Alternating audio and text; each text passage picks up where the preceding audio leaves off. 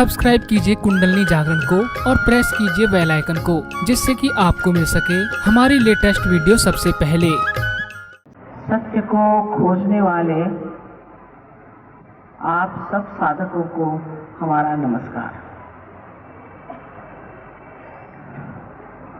सत्य के बारे में एक बात जान लेनी चाहिए कि सत्य है वही है, वो हम बदल नहीं सकते, अपनी कल्पना से उसे बांध नहीं सकते और इस मनुष्य स्थिति में हम उसे जान भी नहीं सकते। अगर हम उस सत्य को जानते होते तो वो एकमेव है, एब्सोल्यूट है। उसके बाद हम लोगों में इतना तनाव, इतना झगड़ा और इस कदर की नासमझी कभी ना।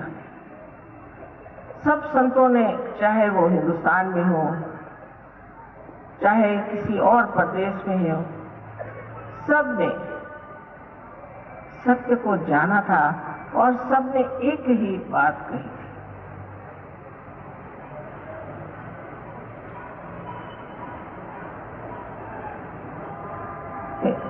हमारे महाराष्ट्र में एक महान अवतरण समझिए हुआ ज्ञानेश्वर जी। ज्ञानेश्वर जी ने 23 साल की उम्र में ज्ञानेश्वरी लिखी और इसके अलावा एक बहुत ही सुंदर किताब लिखी जो अमृतानुभव नाम के से प्रसिद्ध है। पहली परंपरा ऐसी चली आ रही थी कि एक गुरु का एक शिष्य, ऐसा नाथपंथी में। एक तरफा भक्ति मार्ग था, दूसरी तरफा लोग या वेद वगैरह पढ़ते थे, पर जहां पर आत्मबोध की बात होती थी वो नाथपंथियों ने कार्य इस महाराष्ट्र में थी। जैसे मच्छिंद्र नाथ है, गोरखनाथ है, और उस वक्त यही परंपरा थी कि एक गुरु के एक ही शिष्य होने चाहिए। लेकिन 12वीं शताब्दी में ज्ञानेश्वर जी ने अपने परम पूज्य गुरु, उनके बड़े भाई थे, उनसे विनती की कि मुझे आप इसकी इजाजत दे दीजिए कि मैं ये ज्ञान लोगों को बताऊं। सिर्फ बताऊंगा और नहीं, पर बताने दीजिए, क्योंकि गीता में भी कृष्ण ने नहीं लिखा। सिर्फ उन्होंने ये बताया है कि आत्मबोध के बाद क्या स्थिति हो जाती है, कि मनुष्य स्थिर प्रज्ञ हो जाता है, पर वो कौन सी शक्ति से होता है इसके बारे में कुछ नहीं पता। इसलिए उन्होंने जब बहुत विनती की तो उनके गुरु ने उनको कहा, अच्छा ठीक है, आप लिख सकते हैं। तो 6वें अध्याय में उन्होंने लिखा कि कुंडलिनी के जागरण से ही आपको आत्मबोध हो सकता है।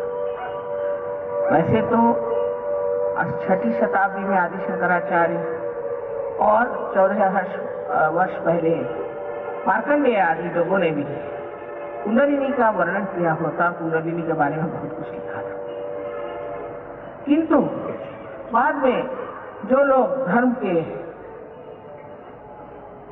अधिकारी थे, उन्होंने ये बात पसंद नहीं की। उन्होंने कहा कि ये 6वां अध्याय निषिद्ध है, इसको पढ़ने की जरूरत नहीं, क्योंकि कुंडलिनी के बारे में कोई जानता ही नहीं था। जो लोग आत्म साक्षात्कारी थे, पहुंचे हुए लोग थे, जो सदगुरु थे, उन्होंने सबने कुंडलिनी की बात की। अब हम लोगों को साइंस का चस्का पड़ गया, साइंस के सहारे हम लोग चल रहे हैं। साइंस भी अच्छी चीज है, कोई बुरी चीज नहीं है, पर साइंस के सहारे चलने वाले लोग हमेशा अति पे उतर जाते हैं। और इसीलिए जहां जहां साइंस बढ़ गया, वहां वहां यही सोचा गया कि इससे कौन सा बॉम्ब बनाएगा। कोई सी भी ऐसी अतिक्रम करने वाली क्रियाएं जब घटित होती हैं तो सोच लेना चाहिए कि इसमें संतुलन नहीं, क्योंकि अतिक्रमण होगा। इसलिए आज सारे संसार में एक प्रश्न खड़ा हुआ है कि आखिर हम लोग इस संसार में आए क्यों और किस लिए हमें ये मनुष्य जन्म मिला। इसका भी कोई अर्थ होता है कि बस हम मनुष्य हैं और इसके बाद कुछ भी नहीं आगे। ऐसा तो हो नहीं सकता। इस मनुष्य मात्र के लिए। तो बहुत कुछ लिखा गया है कि बड़ा आपने पुण्य किया जो आप मनुष्य हो गए, बड़ी आपकी महत्ता थी जो आप मनुष्य हो गए। आखिर इस मनुष्य जाति का क्या विशेष रूप है, इसका क्या अर्थ है, ये जो हमारा मनुष्य जीवन है इसकी क्या कीमत है, इसको हमने आंका नहीं, हम इसको समझ नहीं पाते कि ये कितनी महत्वपूर्ण चीज है जो हमें मनुष्य का जीवन मिला है, और ये मनुष्य का सब देह और मनुष्य की ही बुद्धि जो हमारे अंदर आज है। तब इंसान जरूर सोचता है कि अगर ये इतनी महत्वपूर्ण चीज है और मनुष्य के अंदर इतनी बड़ी स्थिति है, तो फिर वो इस तरह मूर्खता क्यों करता है, ऐसे लड़ता बिगड़ता क्यों है, आपस में काट पीट करके संहार क्यों करता है। ये प्रश्न भी ठीक ही है, क्योंकि हमें स्वतंत्रता दी गई, स्वतंत्रता परमात्मा ने हमें स्वतंत्रता दी कि तुम अब इसे जानो और खोजो। जैसे कि बच्चे जब स्कूल में पढ़ते हैं तो उनसे बताया जाता है कि 2 + 2 = 4, 2 से 2 मिलाए तो 4 होगा। लेकिन जब वो कॉलेज में जाते हैं तब उनसे कहा जाता है अच्छा अब तुम ही सीखो, तुम ही इसका रिसर्च करो, तुम ही इसका पता लगाओ, जिससे उन्हें प्रगल्भता आए। क्योंकि जो स्वतंत्रता हमें मिली है उसे हम किस प्रकार उपयोग में लाते हैं ये बहुत आवश्यक है। हम इस स्वतंत्रता का उपयोग कहाँ करते हैं? कोई काम करने लग जाए उसे अतिक्रमण में ले जाते हैं, कोई न चीज अतिशय में चली जाती है। कभी कभी हम अपना ही बहुत नुकसान करते हैं, कभी कभी हम दूसरों का बहुत नुकसान करते हैं। तो इसलिए तो मनुष्य जीवन बना नहीं। मनुष्य जीवन जिसलिए बना है वो एक अति सूक्ष्म बात है, इसे सबको समझ लेना चाहिए। अगर हम बात कह रहे हैं जो भी उस पर शंका आपको हो तो ठीक है, किंतु एक सोच लेना चाहिए कि जैसे साइंस में एक हाइपोथेसिस, एक धारणा दी जाती है, उसको फिर देखा जाता है कि ये ठीक है या नहीं, उसमें प्रयोग करके देखा जाता है कि ये ठीक है कि नहीं। अगर वो देखा गया कि हाँ ये ठीक है, तब उसे कायदा कहा जाता है, लॉ कहा जाता है। इसी प्रकार अपने दिमाग को आप लोगों को थोड़ा खुला रखना चाहिए। पर यह अनादिकाल से ही मनुष्य का दिमाग कुछ इस मामले में कुंद है, वो अपने को बहुत जरूरत से ज्यादा समझदार समझता है और इसी कारण उसका बड़ा नाश हुआ है। मैं किताब आजकल पढ़ रही थी जो थॉमस ईसा मसीह का शिष्य था, उसने लिखी, और उसने एक बड़े भारी बर्तन में बंद करके, सील करके, और इजिप्ट में, हिंदुस्तान में आते वक्त गाड़ दिया। वो अब करीबन 50 साल पहले खोला गया और उसमें देखा गया कि क्या बातें लिखी गई हैं। उसने कहा कि ये बातें ग्नास्टिक्स की है। ग्रह शब्द जो है हम जानते हैं संस्कृत में और हिंदी में, मतलब ज्ञान।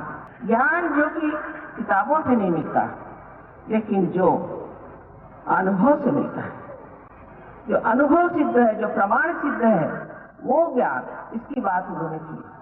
किंतु उन्होंने गाढ़ क्यों किया? सोचने की बात है कि ऐसी सुंदर किताब उन्होंने गाढ़ क्यों, क्योंकि उस वक्त के जो लोग धर्म के शासक थे, उन्होंने ये कहा कि ये लोग तो झूठे हैं, इनके पास कोई नॉलेज नहीं है और कुछ भी नहीं है और ये सब झूठी बात कर रहे हैं। और इस तरह से उनको सताया गया, और जैसे अंग्रेजी में उसे कहते हैं हेरेटिक्स, उनको कहा कि ये हेरेटिक्स है और ब्लास्फेमी है, यानी परमात्मा का इसमें बदनामी है, और इस तरह से बातें करके, और उन्होंने वो किताबें बिल्कुल पढ़ने से, सुनने से सबको मनाही कर दी। इसलिए थॉमस ने वो सब किताबों को लेकर के और गाड़ दिया। आज वो किताबें मिली हैं, उपलब्ध है, और उस किताबों से आप जान सकते हैं कि सहयोग की बात ही उन्होंने करी है। सारी बात सहयोग की करी है, और सहयोग जो है हमारे देश में अनादिकाल से ही चल रहा है। नानक साहब ने कहा है सहज समाधि का। कौन ऐसा संत हो गया जिसने सहज की बात नहीं की? लाओ त्से को देखिए तो वही बात करता है, सोक्रेटिस को देखिए तो वही बात करता है, पर हम लोगों ने जैसे अपनी आंखें बंद ही कर ली है। इसीलिए कवि ने कहा है कैसे समझाऊं सब जगह।